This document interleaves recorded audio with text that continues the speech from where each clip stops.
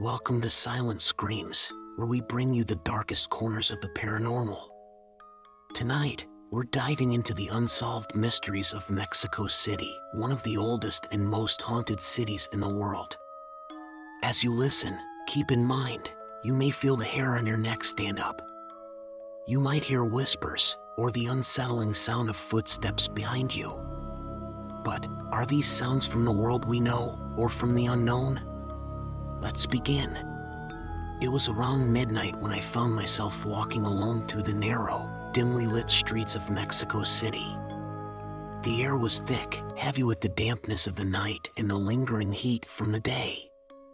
The shadows seemed to stretch unnaturally long, twisting and curling like dark tendrils from some unseen force. I had just stepped out of a small, local cafe where the conversation had been casual, almost mundane. But there was something off about the atmosphere in the city that night. It was as if the city itself was holding its breath, waiting for something. I turned onto a side street I'd never walked down before. The buildings here were older, their stone facades worn and chipped, giving off a sense of age that felt both ancient and oppressive. The city had a way of hiding its secrets, and I felt like I had just stumbled onto one. I'm not superstitious, but something about this place made the hairs on the back of my neck prickle with unease. Then, I heard it. A soft sound. Like a whisper. At first, I thought it was just the wind. But then it came again, closer this time. It sounded like a voice. A soft, almost pleading whisper, but I couldn't make out the words. I spun around, but the street was empty. No one was there. I shook my head. Maybe I was just tired. Maybe the stress of the trip was finally getting to me. But I couldn't shake the feeling that something was watching me. I quickened my pace, hoping to reach a more familiar area of the city, but the whispers continued to follow me. It was as if they were coming from the walls themselves. Then, it happened. I passed an old, crumbling building.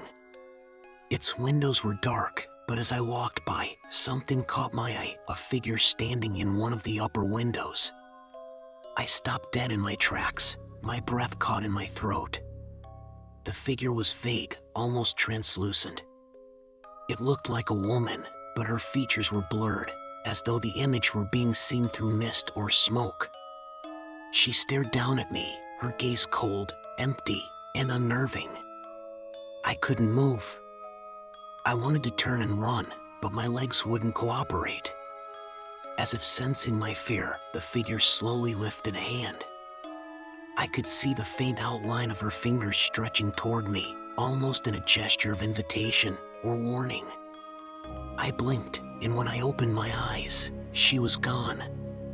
I shook my head again, trying to clear the fog that had settled over me. I could feel my heart pounding in my chest. I had to get out of there. But as I turned to leave, I noticed something strange. The street had changed. The buildings were different.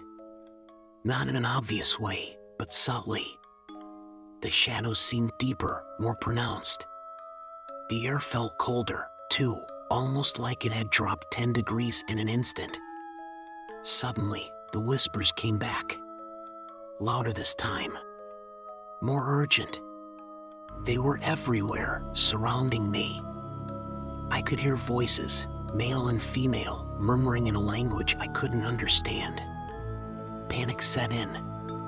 I started to run, my footsteps echoing in the narrow streets, but every turn I took seemed to bring me deeper into the maze of this city that no longer felt real.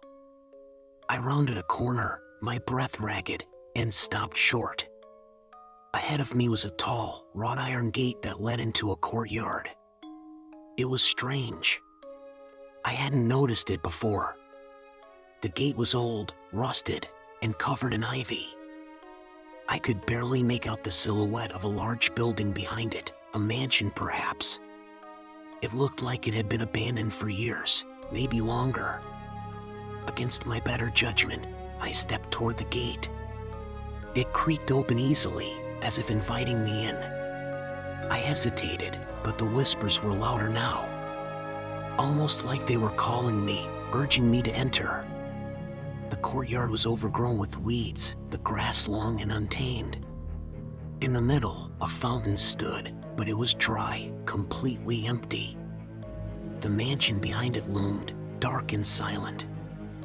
I could feel the weight of its history pressing in on me, like the house itself was alive, watching me. I walked slowly toward the mansion, drawn in by an unseen force. As I approached the front door, I felt a chill run through me. The air here was thick with something wrong. It was as though the place was frozen in time. I pushed the door open, and it creaked loudly, protesting against the intrusion. Inside, the house was dark. The only light came from the faint glow of the moon through the dusty windows. The floorboards groaned underfoot, and the scent of mildew and decay filled the air. As I ventured deeper into the mansion, I couldn't shake the feeling that I wasn't alone. Every so often, I would hear the sound of footsteps behind me, but when I turned, no one was there. I made my way into what seemed to be the living room. The furniture was old, covered in dust, and a large portrait hung above the fireplace. The painting was of a woman. Her eyes were lifelike, almost too lifelike. She seemed to be staring directly at me, following my every movement. I stepped closer to the painting, feeling drawn to it, but as I did, something strange happened. The air grew colder, and the shadows in the room seemed to shift. Then, I heard it. A voice. Soft and whispering, but clear enough that I could understand it. Leave before it's too late. I froze. My heart skipped a beat. I glanced around, but the room was empty. The door I had entered through was still open, but the shadows seemed to be closing in around me, pressing in from all sides. The whispers grew louder, more frantic. Leave, now. But I couldn't move. My legs wouldn't obey me. It felt like something was holding me in place. The temperature dropped even further, and I could see my breath in the air, misting in front of me. The voice came again, but this time it was different. It was no longer a whisper. It was clear, almost angry. She will come for you. I tried to turn and run, but the room seemed to stretch, growing larger and darker. The walls closed in, and the shadows grew deeper. Something in the corner of my eye moved, and I turned just in time to see the figure of a woman, her face hidden in the darkness. She was standing there, just behind me. Her hand reached out, cold and skeletal, brushing against my neck. The touch sent a shock of ice through my body. I gasped, my breath catching in my throat. Run, the voice said, but it was too late. The atmosphere had shifted completely. What started as a small, seemingly normal walk in Mexico City had turned into something unexplainable, something sinister. You are no longer in control. Every corner, every shadow, seems to have a life of its own. As you continue walking deeper into this mystery, one thing becomes clear: the answers you're seeking may not come from this world. But be warned, some mysteries should remain unsolved.